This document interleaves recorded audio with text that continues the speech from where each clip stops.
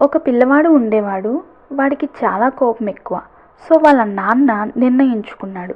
అది ఏంటంటే తనకి ఒక బ్యాగ్ నిండా నెయిల్స్ ఇచ్చి ఇలా చెప్పాడు, నీకు కోపం వచ్చిన ప్రతిసారి మన ఇంటి చుట్టూ ఉన్న ఈ ఫెన్స్కి నెయిల్ని కొట్టమని.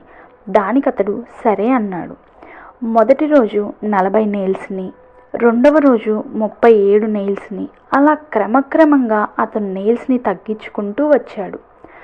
తను అనుకున్నాడు, ఈ నెయిల్స్ని కొట్టడం కంటే నేను నా కోపాన్ని కంట్రోల్ చేసుకోవడమే ఈజీ అని. ఫైనల్గా తను అనుకున్న రోజు వచ్చేసింది. తను అసలు ఆ రోజు ఒక్క నెయిల్ని కూడా కొట్టలేదు. కారణం, తను ఆ రోజు ఏ విషయంలోనూ కోపగించుకోలేదు. తన కోపాన్ని తాను కంట్రోల్ చేసుకున్నాడు. తను ఈ విషయాన్ని సంతోషంగా వాళ్ళ నాన్నకు చెప్పడానికి వెళ్ళాడు.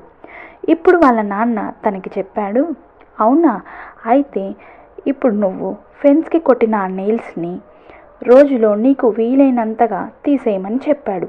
దానికతడు సరే అని చెప్పి కొద్ది రోజులకి మొత్తంగా ఆ నెయిల్స్ని తీసేశాడు. వాళ్ళ నాన్నకు వెళ్ళి చెప్పాడు. ఇప్పుడు వాళ్ళ నాన్న తనతో పాటు ఆ ఫెన్స్ దగ్గరకు వెళ్ళి, చెప్పిందంతా చాలా బాగా చేశావు.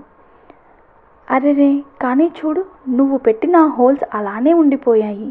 దానిని మనం ఏమీ చేయలేం కదా. మళ్ళీ ఆ ఫెన్స్కి పాత లుక్ రానే రాదు. ఈ హోల్స్తోనే ఉంటుంది కదా.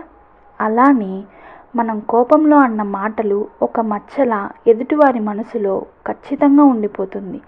ఎలాగైతే ఒకసారి వదిలిన బాణం, గన్ నుండి వచ్చిన బుల్లెట్ మళ్ళీ వెనక్కి రావు కదా. తర్వాత నువ్వు ఎన్నిసార్లు సారీ చెప్పినా గాయం గాయంగానే ఉండిపోతుంది.